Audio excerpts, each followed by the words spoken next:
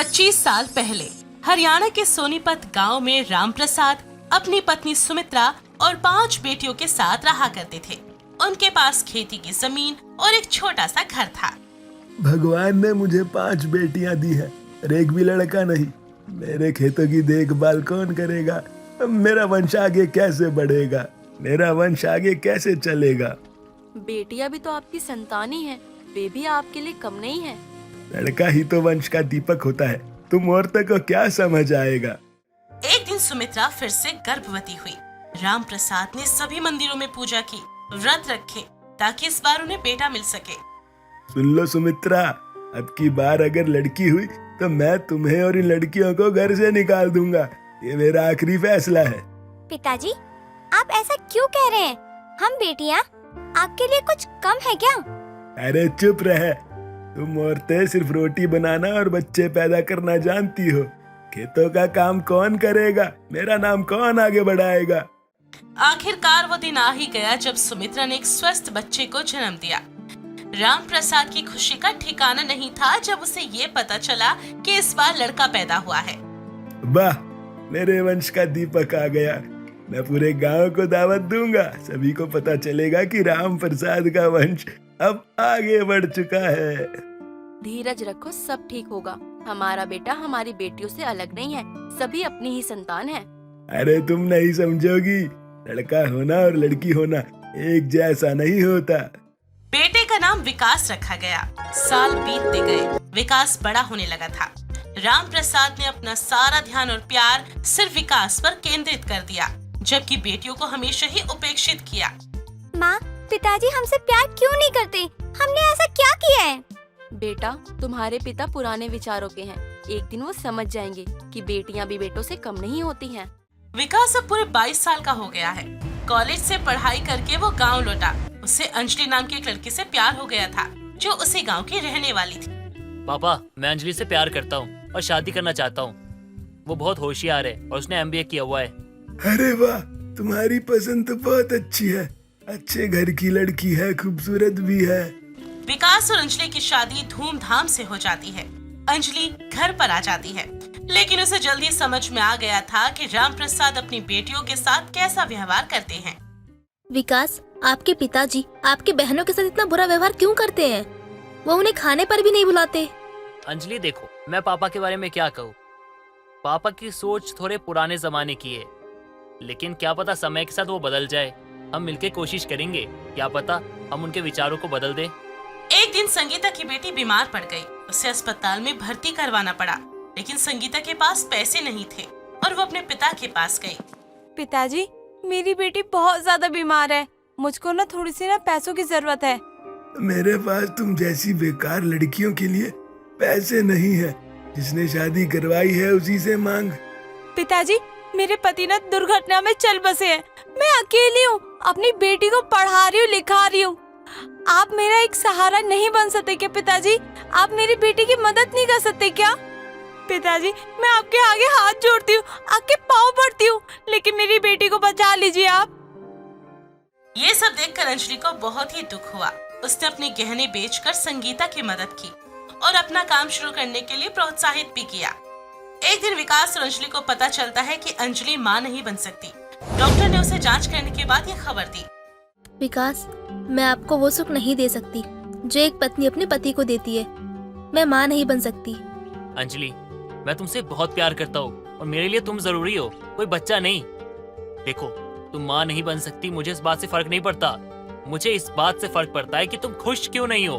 बच्चा नहीं हो पा रहा तो कोई बात नहीं, मैं तो तुम्हारे साथ हूँ ना, और तुम मेरे साथ हो। हम दोनों एक दूसरे के लिए काफी हैं। हमें किसी की जरूरत नहीं है। अब तुम खुश हो जाओ, उदास रहने की कोई जरूरत नहीं है। लेकिन जब रामप्रसाद को ये बात पता चली तो वो बहुत ही क्रोधित हो गए। क्या तुम्हारी बीवी बांझ है? अब मेरा वंश कैसे चलेगा? मैंने इतने सपने देखे थे, अपने पोते के साथ खेतों में काम करूंगा। पापा, कैसी बात कर रहे हैं आप? आपकी बहू है वो, और कोई ससुर अपनी बहू के बारे में ऐसी बात कैसे कर सकता है? पापा, अगर वो माँ नहीं बन सकती इसमें उसका क्या दोष है? यार कुछ नहीं होता। मैं चाहता हूँ कि तुम दूसरी शादी करो, ऐसी लड़की से जो तुम्हें वंश दे सके। देखिए पापा, मैं उसे प्यार करता हूँ और मैं हमेशा उसके साथ रहूंगा। बच्चा हो चाहे ना हो, मुझे मतलब नहीं है उससे। मेरे लिए मेरी पत्नी जरूरी है और कुछ नहीं। विकास और अंजलि राम प्रसाद के व्यवहार से बहुत ही दुखी थे और उन्होंने एक योजना बनाई। पापा कितना काम करते हो आप, थक जाते हो, अपनी सेहत का ध्यान भी नहीं रखते। एक काम कीजिए पापा, आप अपनी सारी जिम्मेदारी ना मुझे दे दीजिए।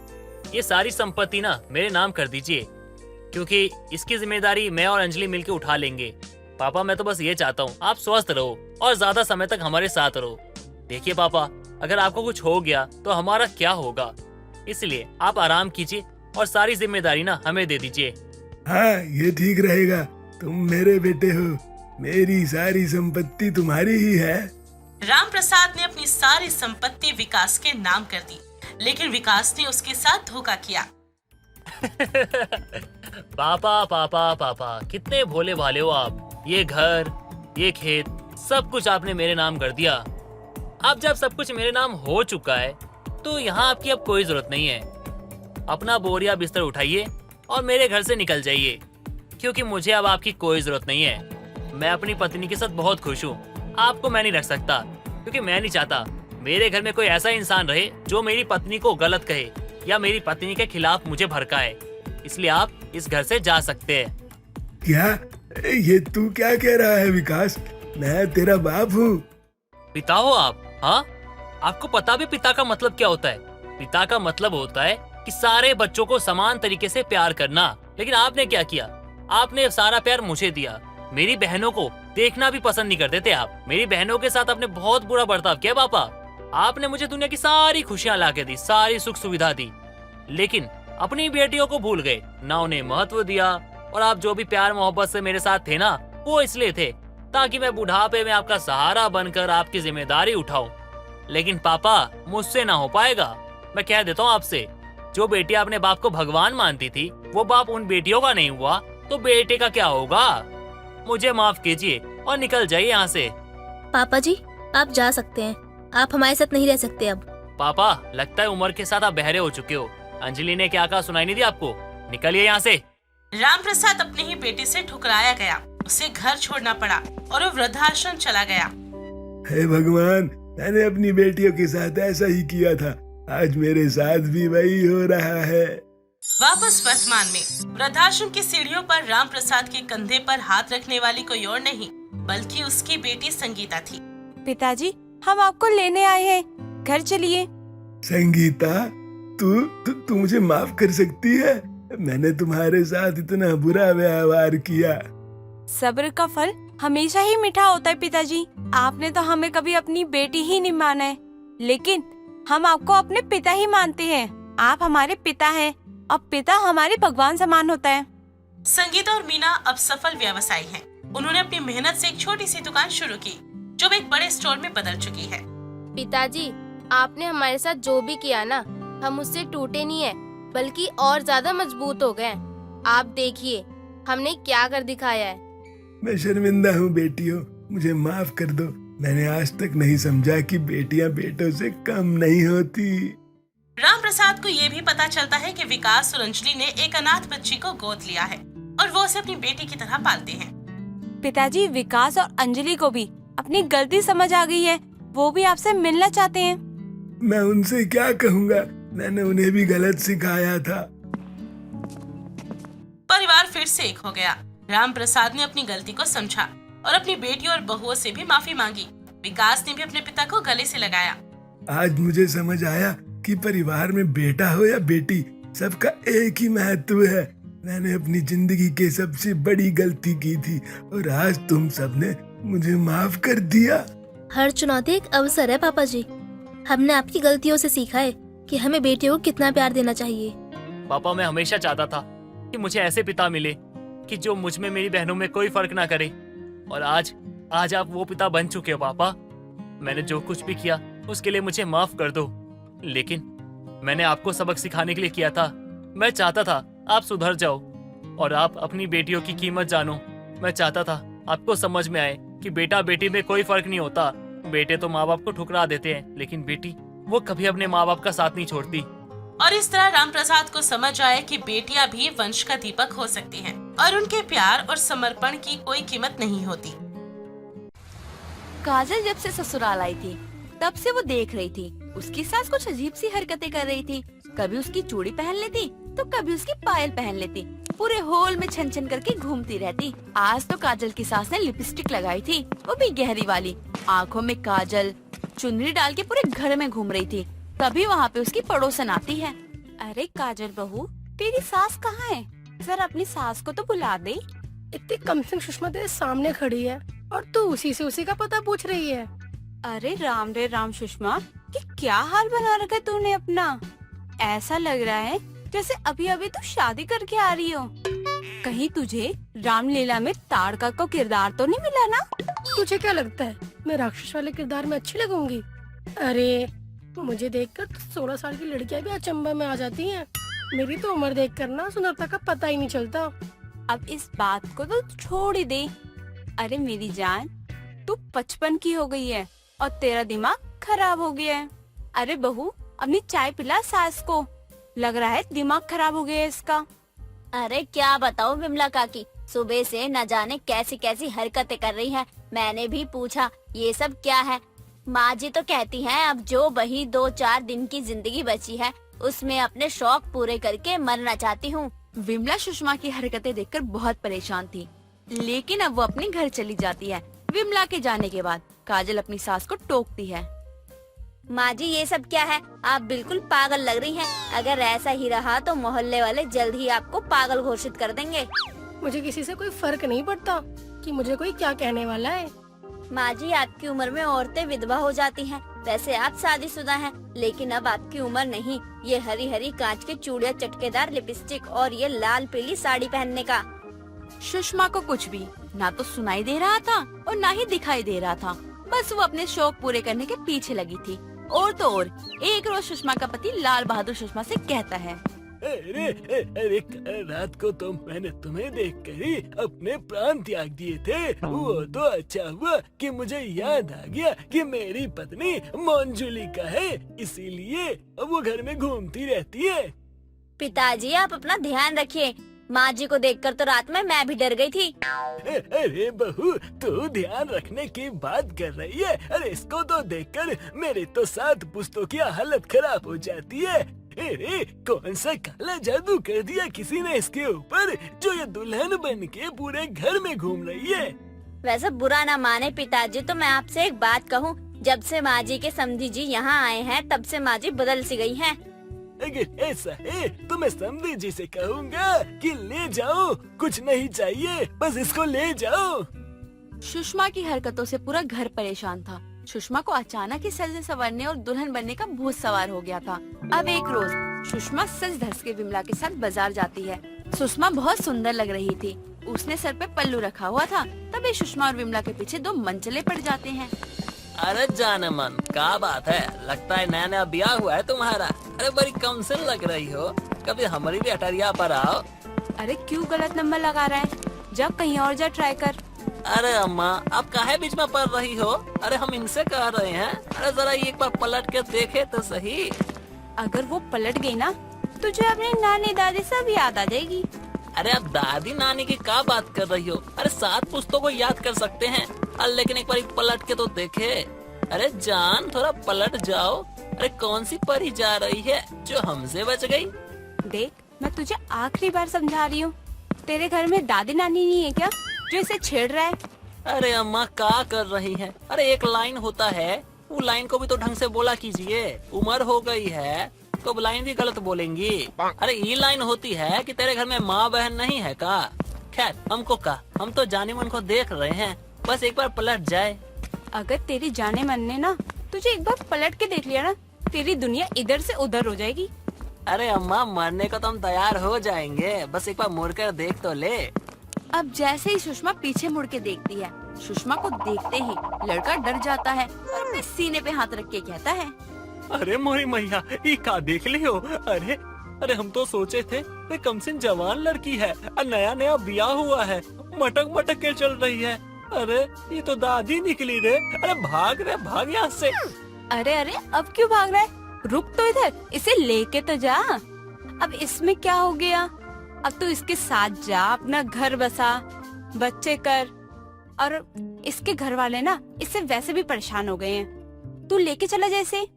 अरे माफ कर दो अम्मा, हमसे गलती हो गई। अरे जो हम इन पे लाइन मारे, अरे हमका छोड़ दो अम्मा, हमको जाने दो। इतना कहने के बाद वो लड़का अपने दोस्त को लेकर वहाँ से भाग निकलता है। अब उस लड़के के जाने के बाद सुषमा विमला पे भड़क जाती है। तुझे तो कोई भाव देता नहीं और मुझे देता है तो तू देने नहीं देती। आखिर तू चाहती क्या है? अरे सुषमा, तुझे इस उम्र में लौंडा से छिड़ते हुए शर्म नहीं आती क्या? अरे क्यों ऐसी हरकत कर रही है? अपने बुढ़े पे थोड़ा तो तरस खा ले। बेचारा तेरी वजह से पूरे मोहल्ले में मारा मारा फिर रहा है। अरे तुझे मोहल्ले में सारे बूढ़े लाइन देते हैं और उसे कौन देगा लाइन? यही तो दिक्कत है कि उसे कोई भाव नहीं देता। चल छोड़, बाजार चलते हैं। देख, तेरे मन में कुछ भी चल रहा है ना, तुम मुझे बता, मैं तेरी अपनी हूँ ना। अरे नहीं नहीं, ऐसी कोई बात नहीं है, सब ठीक है।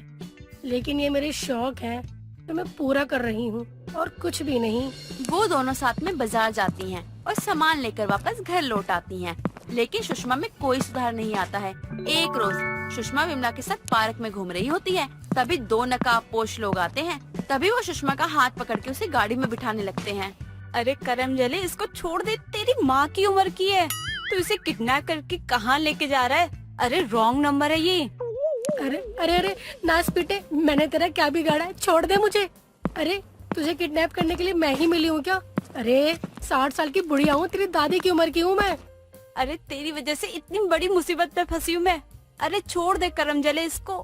अब नकाबपोश जब सुषमा को देखते हैं तो वो झटपट सुषमा का हाथ छोड़ देते हैं, क्योंकि वो सुषमा को नहीं बल्कि पार्क में बैठी हुई दूसरी लड़की को किडनैप करने आए थे, जिसने भी लाल साड़ी पहनी थी। अब वो लाल साड़ी वाली लड़की तो वहाँ से भाग निकलती है। अब वो नकाबपोश सुषमा को छोड़ के वहाँ से चले जाते हैं।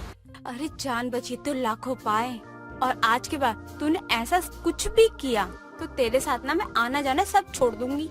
आज तो मैं कान पकड़ती हूँ जो आज के बाद मैंने ऐसा कुछ काम किया। अरे आज तो तुझे वो लेके ही चले जाता। अब विमला सुषमा को लेके घर पहुँचती है।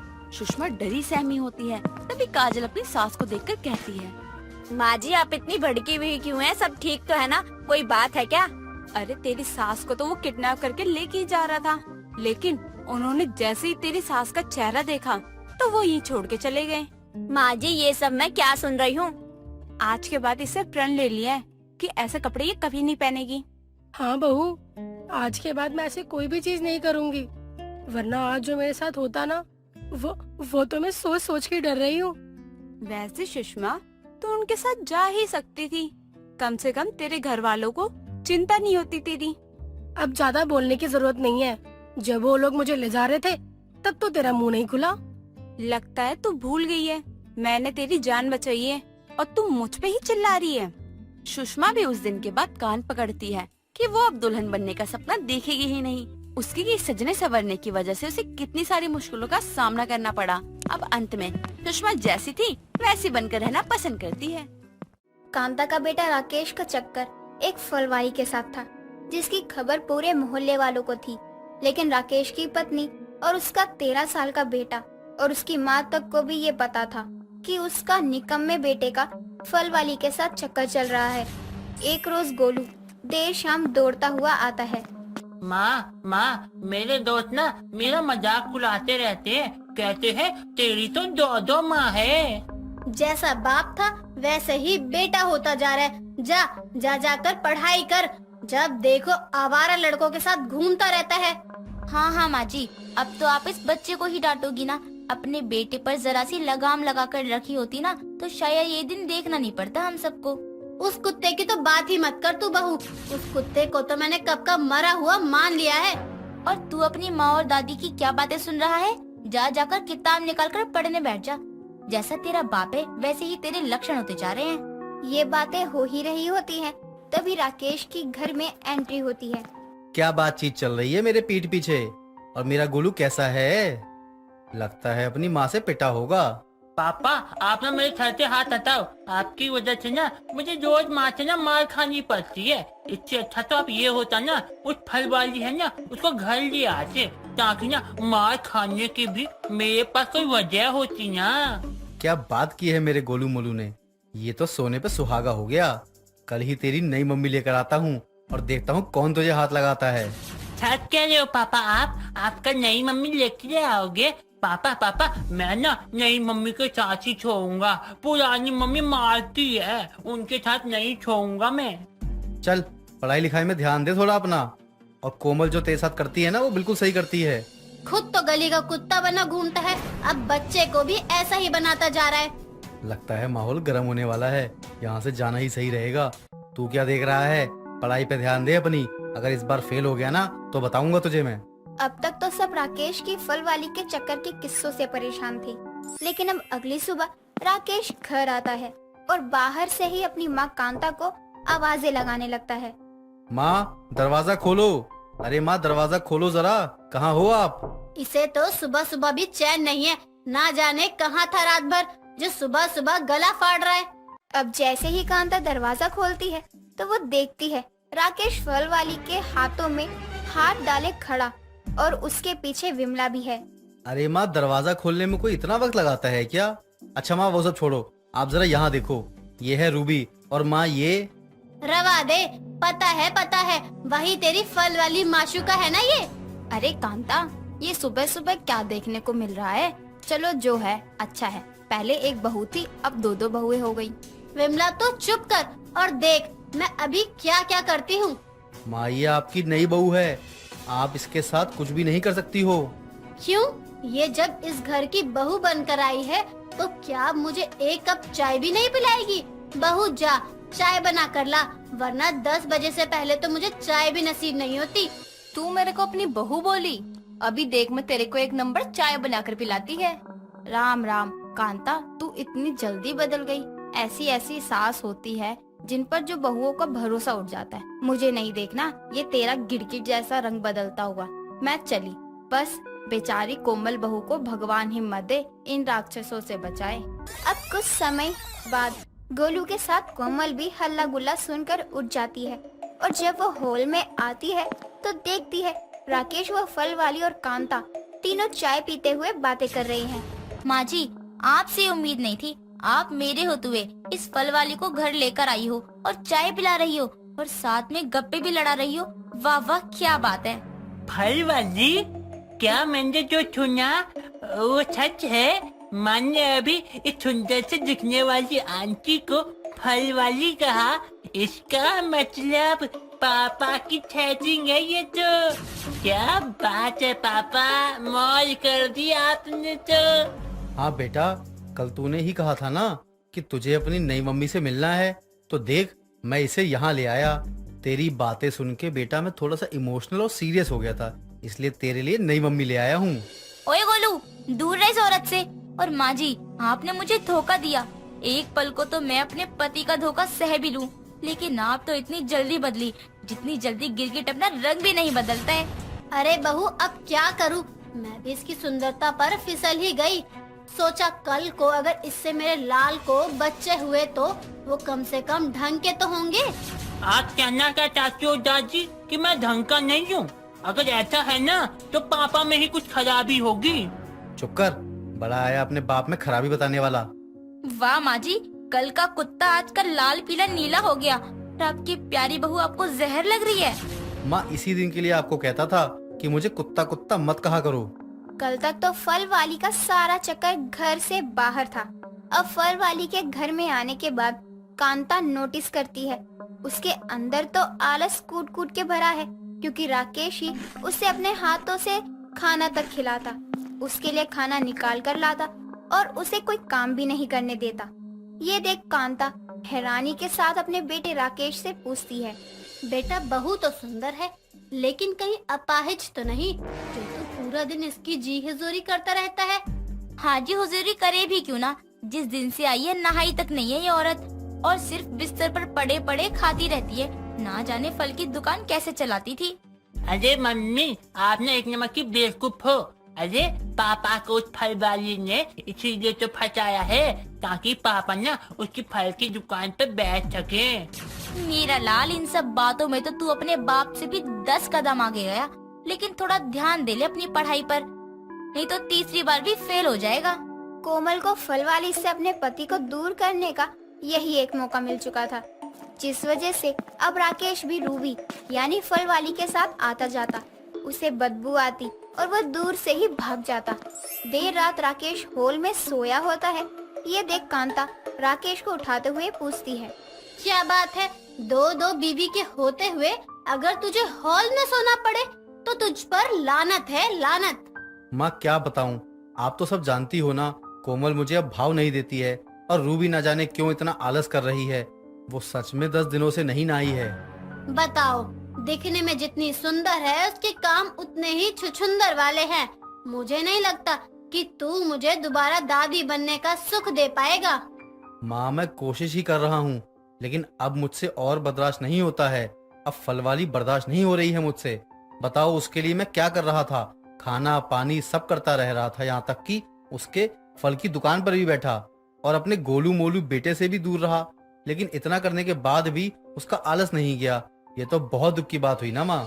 ठीक है, तू रो मत, मैं कल ही रूबी से बात करती हूँ और उससे पूछती हूँ कब तक चलेगा उसका ये आलसपन। अब अगली सुबह कांता और विमला हॉल में बैठे चाय पी रहे होते हैं। तभी रूबी वॉशरूम जाती है और कुछ देर बाद ही आती है। ये देख विमला चाय पीते हुए कांता से कहती है, तेरी फल वाली बहू अभी अपने किए कराए पे पानी फेर कर निकल रही है। और ये क्या कर रही है तेरी फल वाली बहू? क्या कर रही है? अपना गंदा हाथ अपने कपड़ों में पोंछ कर चली गई, हाथ भी साबुन से नहीं धोया। राम राम, ना जाने किस पाप की घड़ी में तेरे घर आई थी। ये क्या कह रही है तू विमला? हे भगवान, मैं तो लुट गई, बर्बाद हो गई। मैं तो अब तेरे घर का पानी भी ना पीऊं। मैं चली, ना जाने तू अपने घर में इसके साथ कैसे रहती है। अरे मेरी बात तो सुन विमला, इस पापी को मैं घर से कैसे निकालूं? ना ना, मैं ना रुकने वाली। जो मन कर, अब तू उसके साथ रह या उसकी शादी किसी और से करवा दे, मुझे क्या मतलब। अब कांता भी परेशान होकर अपने बेटे को रूबी की शादी की बात कहती है और वो भी मान जाता है, क्योंकि वो भी रूबी के इस आलस से तंग हो चुका था।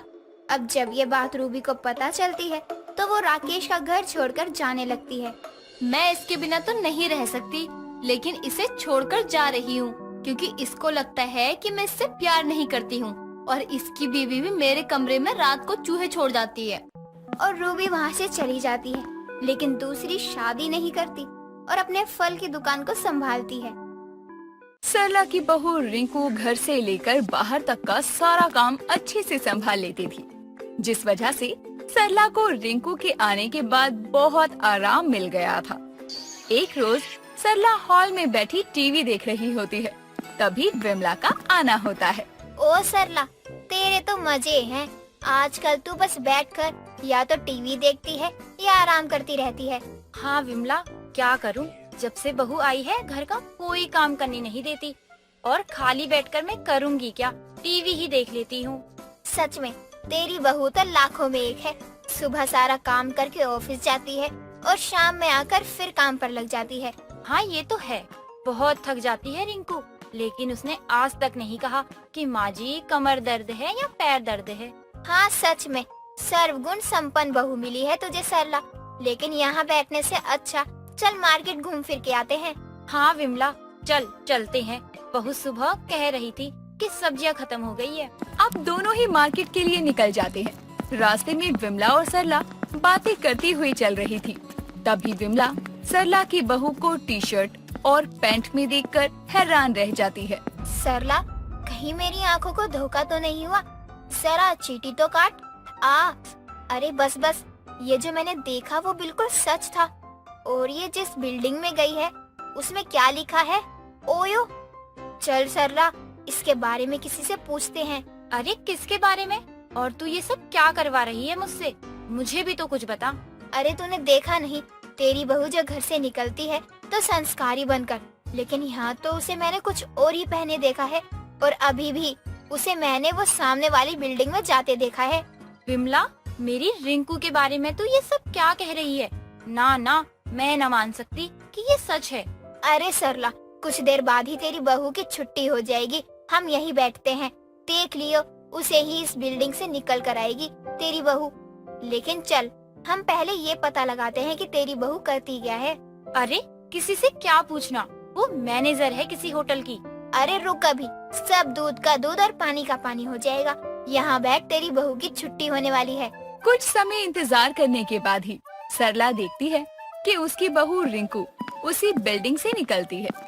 ये देखकर सरला भी हैरान रह जाती है, क्योंकि उसकी बहू रिंकू ने अपनी सास को कहा था कि वो किसी बड़े होटल में मैनेजर है। विमला, ये क्या? तू तो सच ही कह रही थी। मेरी बहू इस बिल्डिंग में क्या कर रही है, जिसमें से तब से मैं देख रही हूँ कोई अकेला नहीं निकल रहा। औरत आदमी, आदमी औरत। अरे रोना धोना बंद कर और चल इस बुढ़े से पूछते हैं, ये ओयो क्या है? अरे सुनिए, ये जो सामने ओयो लिखा है, ये कोई होटल है या कुछ और काम होता है? क्या होता है यहाँ? अरे बड़ी बेशरम औरत हो तुम दोनों, खुद की उम्र देखिए जो मुझसे यहाँ के बारे में पूछे जा रही हो। हमारी उम्र से यहाँ जाने आने का क्या मतलब? हमने जितना तुमसे पूछा उसका जवाब दो और चलते बनो। तुम दोनों यहाँ से जाओ वरना मैं पुलिस को बुला दूंगा। इस उम्र में ये सब करेंगी? राम राम राम, न जाने कैसे कैसे लोग इस दुनिया में आ गए हैं। विमला, मुझे कुछ तो गड़बड़ लग रही है। न जाने ये बूढ़ा हमें क्या क्या बोलकर चला गया। अरे इस उम्र में बूढ़े लोग सटिया जाते हैं। चलो उस पान वाले से पूछते हैं, उसे तो कुछ मालूम होगा। अरे विमला, कहीं वो भी हमें पुलिस की धमकी देने लग गया तो क्या? हमने कौन सा क्राइम किया है जो पुलिस पकड़ कर ले जाएगी? अब दोनों पान की दुकान पर बैठे एक आदमी से पूछने लगते हैं। बेटा सुनो, ये जो सामने बोर्ड है ओयो का, ये क्या है? हमको जरा बताना। विमला चल घर, चिंटू से गूगल करवा लेंगे। न जाने सब इतना क्यों हंस रहे हैं। क्या बात है, आप लोग इनकी बातें सुनकर हंस क्यों रही हैं? चलो जाओ यहाँ से। अरे सुनो माता जी, वैसे तो ये होटल है जहाँ कहीं दूर दूर से आए लोग भी रुकते हैं, लेकिन माता जी यहाँ पर ज्यादातर लड़का लड़कियाँ ही आते हैं। अब आप समझ तो गए होंगी ना हम क्या कहना चाहते हैं। और नहीं समझी है तो थोड़ा प्रयास कीजिए समझने का। क्या बोला बेटा? मैं तो लुट गई, बर्बाद हो गई। ये क्या कर रही है मेरी बहू? कैसी जगह में काम कर रही है? चल सरला, घर चलते हैं। कहाँ निकले थे साग सब्जी लेने और क्या से क्या हो गया? अरे विमला, मैं अब क्या मुंह दिखाऊंगी अपने रिश्तेदारों को, अपने बेटे को। सरला हिम्मत रख और चल, घर रात होने वाली है। अब विमला और सरला घर पहुँचते हैं। यहाँ रिंकू खाना बना रही होती है। माँ जी आप कहाँ थी? मुझे आए हुए तो काफी समय हो गया है, चाय लाऊं आपके लिए? विमला बोल दे इससे, मुझे इसके हाथ का जहर भी नहीं खाना। हाँ हाँ सरला, सही कह रही है तू। अब क्या करेगी, खुद से खुद के लिए खाना पीना बना लिया करियो। माँ जी मुझसे कुछ गलती हुई है क्या? आप ये सब क्या कह रही हैं? और विमला आंटी, आप माँ जी को समझाने की जगह उन्हें और भड़का रही हैं। सरला चलती हूँ, अपना ध्यान रखियो और किसी चीज की जरूरत हो तो बता दियो, तेरी पड़ोसन ही हूँ। सरला का बदला हुआ व्यवहार देखकर रिंकू हैरान रह जाती है और अब उसकी सास खुद से खाना पीना सब बनाती है और रिंकू से बात तक नहीं करती। अब रात को जब सरला का बेटा अमित घर आता है तो रिंकू अमित को सब बता देती है। अरे क्या हुआ माँ? रिंकू बता रही है अब रिंकू के हाथ से पानी नहीं पी रही हो और न ही उसके हाथ का खाना खा रही हो। ऐसी भी क्या बात हो गई? जा, तू भी अपनी बीवी के पल्लू में बता रहे, मुझे किसी की जरूरत नहीं है। माँ जब तक आप बताओगी नहीं तो मुझे कैसे पता चलेगा किसी भी बात का? ये तू अपनी बीवी से पूछ, जो होटल में काम करने के नाम पर कहाँ जाती है कहाँ नहीं। मतलब क्या है माँ? आप साफ साफ कहो ना। रिंकू तुम ही बता दो, माँ और तुम्हारे बीच में क्या बात हुई है? जी कोई भी बात नहीं हुई, और रही बात होटल जाने की तो वहाँ तो मेरी जॉब लगी है ना, वहाँ तो जाना बनेगा ही। अरे माँ बातों को इतना क्यों घुमा रही हो? बताओ ना हुआ क्या है? क्यों आप रिंकू के हाथ का खाना नहीं खा रही हो? क्यों इतना गुस्सा कर रही हो? कुछ तो बताओ। बेटा ये बात बताने लायक नहीं है, मैं किस मुंह से बताऊं कि मैंने क्या देखा। अरे माँ बताओ ना हुआ क्या है? मैंने बहू को ओयो से निकलते देखा, बहू उसमें काम करती है। क्या? रिंकू और ओयो में काम करती है? अरे माँ क्या आप भी ना किसी और को देखा होगा? नहीं माँ जी सही कह रही हैं, मैं ओयो में ही काम करती हूँ। तुमने मुझे ये पहले क्यों नहीं बताया? अगर माँ मुझे ये नहीं बताती तो मुझे तो कुछ पता ही नहीं चलता। मुझे किसी से क्या लेना, मैं तो बस अपना काम करती हूँ और घर आ जाती हूँ। मुझे कुछ नहीं सुनना है, तुम जानती हो वहाँ कैसे लोग आते हैं। लेकिन आप मुझे भी तो समझो। अब सरला के साथ साथ अमित भी रिंकू से बातचीत नहीं करता और उसे भी लगता है कि रिंकू कोई गलत काम कर रही है, जिस वजह से रिंकू कई दिनों तक काम पर नहीं जाती और कुछ दिनों बाद ही उसे काम से निकाल दिया जाता है। अब एक रोज रिंकू मार्केट के लिए निकलती है। अरे यही है सरला की बहू जो ओयो जाती है। विमला दीदी ई का होवत है, काहे इस सरला दीदी की बहुरिया की इतनी बदनामी हुई रही। अरे उसमें वो सब होता है, समझी क्या बोल रही हूँ मैं। का बात कर दी दीदी, कैसा कैसा लोग बसा है ये दुनिया में। बताओ, आप भी कभी गई हो ये गोयो में? अरे धत, यहाँ तो बस सरला की बहू जाती है, अब तो सारा मोहल्ला जानता है। वैसे पैसे के लिए लोग कुछो करत है और ऊका भी भुगत पड़त है कि लोग ऊका गलत नजरों से देखत है। सरला तो सबसे अपनी बहू के बारे में सुनती ही थी, लेकिन रिंकू को भी लोग बाहर निकलने पर ताने मारते थे। अब रिंकू कर भी क्या सकती थी, उसे तो लोग गलत नजरों से ही देखने लगे थे और हम किसी की गलत सोच और गलत नजर को नहीं बदल सकते। इसीलिए रिंकू अब लोगों की बातों पर ध्यान देना बंद कर देती है और जब लोग भी ये नोटिस करते हैं कि रिंकू को तानों से कोई फर्क नहीं पड़ रहा, तो वो खुद ही ताने देना छोड़ देते हैं और कुछ समय बाद ही सही रिंकू की जिंदगी सामान्य हो जाती है।